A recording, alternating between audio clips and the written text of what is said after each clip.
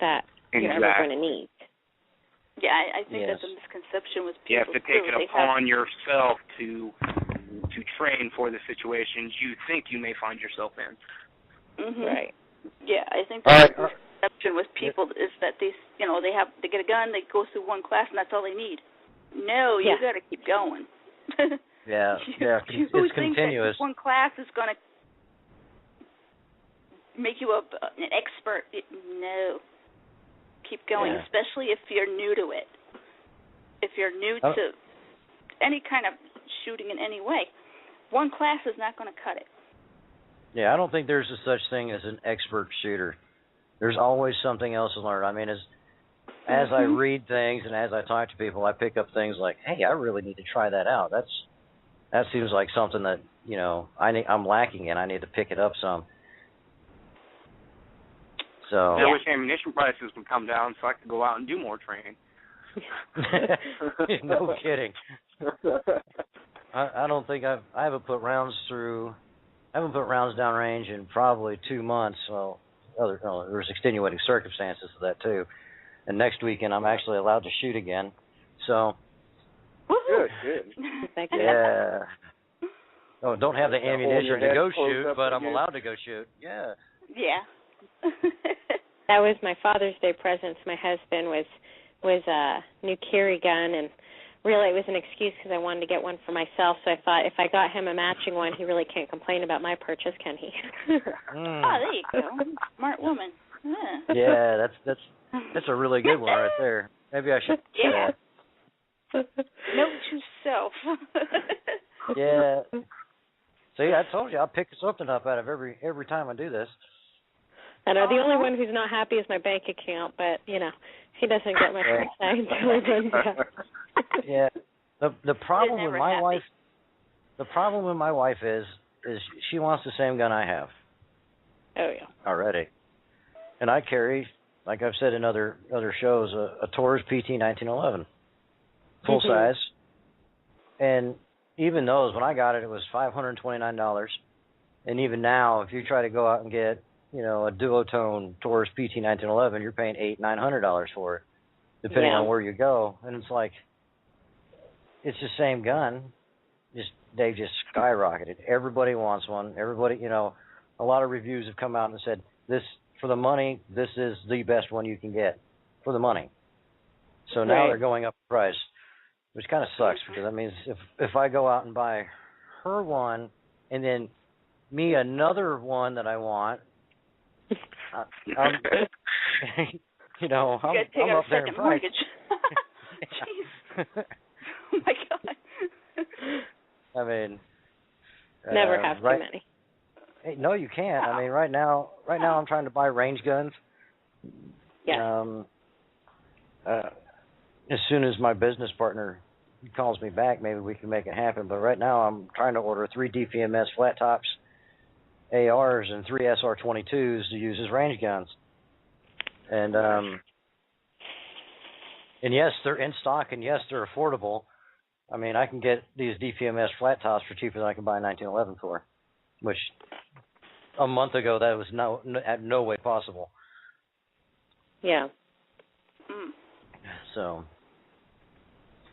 it's well, Jay, in what you said earlier, and I don't mean to not talk guns because I really love talking guns, but we talked a bit of the different calibers and the different ammunition choices. But one thing I'm kind of interested in is, it's not just the decision to shoot, but what about the decision not to shoot? When would be scenarios when you'd want to choose not to shoot instead? See, this is something I really struggle with myself. Is I have a really hard time believing that every criminal, even after they're captured, is going to go to prison. Yes. Right.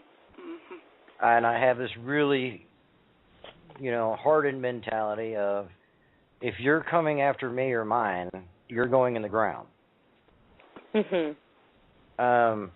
But there's also this, I don't want to do anything that's going to jeopardize my own freedom or the lives of my family or their freedom. So, and recently I've been in sort of a situation where I drew, excuse me, and had it in my hands, and I decided at that point in time it was more pertinent for me not to do a damn thing than it was for me to do something. The guy was breaking into my car at the gas station, and Georgia Castle law says that, you know, that's your property. You have the right to defend it with deadly force. But at the same time, there would have been a lot of legalities. It's not on my property. You know, I wasn't physically in my vehicle. I knew the guy was armed. I could see it. He was printing pretty bad. And what the heck? Yeah, what was that? What was I don't know. But anyway, he was printing, and as soon as I came around the corner and he saw my pistol in my hands, he took off running.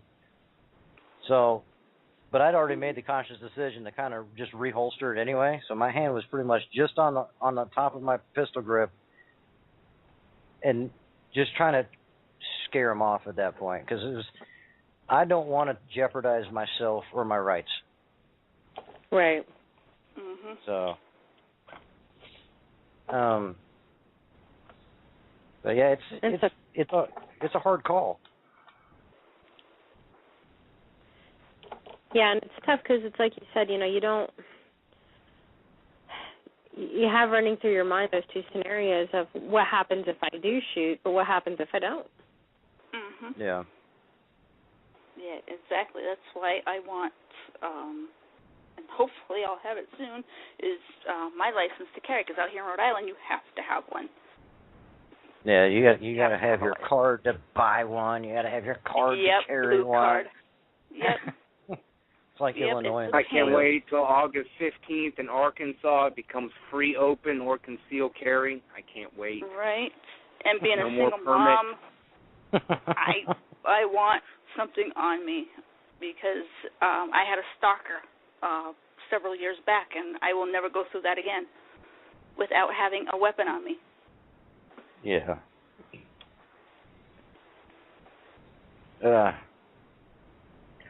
Yes. All right. Well, here's a scenario. I'm going to throw a scenario out there. We'll see where we get with this one in the next 22 minutes. You walk into a gas station and you're shopping. Of course, you're armed. It's you and the clerk when you walk in. Of course, you go into the drink rack and you turn around to get some. You turn around after grabbing your drink and you go back towards the counter, and there's 3 armed guys in the store holding up the place.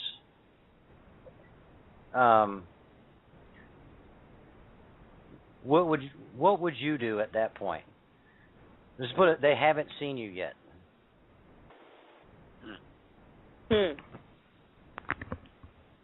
Well, I think initially you have to go with your instincts. Me personally, I would try, if I wasn't all the way down the aisle, find a way to get a flanking position on them and to draw. And if they made the decision to even move their hand a half inch towards my direction, I would try and find a position where I could shoot at them without necessarily hitting the clerk or anybody else maybe trying to come through the door behind them. All right. Yeah. I'd have to say if they haven't seen you, that'd be about the only advantage you're going to get. Yeah, but I don't know. That's tough, because it's like at that point I'd kind of figure. I think for me, I would just figure, you've got a chance, take it, because either you're going to end up dead, or you're going to end up dead, or they're going to end up dead. But I just don't see really what other option. I mean, would you be in a scenario where it's, you could tactically, get out the door without them seeing you and call 911 and keep your weapon at the ready? Would you be in a scenario where you're right by the bathrooms and you could take cover behind the wall there and then, engage from there? I mean, it. Here's my main point with this is, do you step in to save that clerk's ass, or do you wait, try to become a victim? Or I mean, that's the whole thing. Would you step in and try to help out? Because if there's 3 guys in there and they're armed, there's a really good chance they're not just there to rob the store. Mhm. Right. I mean, if it was 2 guys, it's probably just an armed robbery. 3 guys, there's probably, like down here in the South, that's called a gang initiation. They're going to rob the store and they're going to kill the clerk. Right. But I think, saying where are you going to help, I mean, that's a little, for example, if you're right outside fueling, say, and you're walking towards the store, like you're walking towards the inside, you see that happening and they haven't seen you, you're probably going to do more help calling 911 while you're going to, while making the decision to draw your firearm, because that way backup is going to be coming pretty quick. Yeah. And that's going to ultimately be more help. And prepare. Right. I mean, that's going to be more help than just trying to empty your own magazine against 3 other, people. Yeah. Not that you would have to choose only one or the other, but it certainly seems like depending on how that scenario really practically panned out, if you could take advantage of not being seen in order to at least get the police to start coming, that would, probably be something to take advantage of. But, of course, informing the police that you are armed yourself. Always. Right. That way they're not drawing on the wrong person. Right. Yeah. I found out the hard way that you need to tell them while you're on the phone with them that you're armed. Yeah. Yeah, they don't like it very much when they pull up and you have a gun in your hip and they're like, okay, what the hell is going on here? Exactly. I called them to my house. I mean, I'd already chased after the dude to the limits of my property. Hint, hint, hint, to the limits of property. Yeah. And called him. So, I mean, you cannot pursue in the state of Georgia, but you can go to the edge of your property. Right. I mean, that's,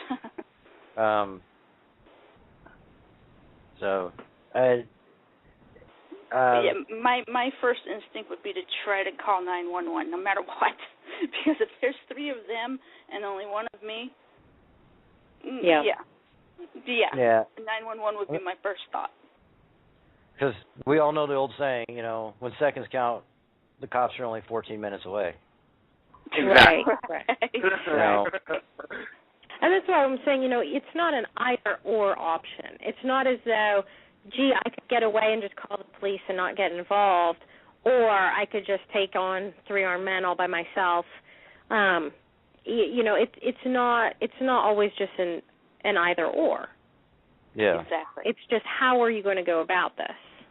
Mm-hmm. And again, that's a situation where your training and, say, prior experience would come into play as well. Right. Yeah.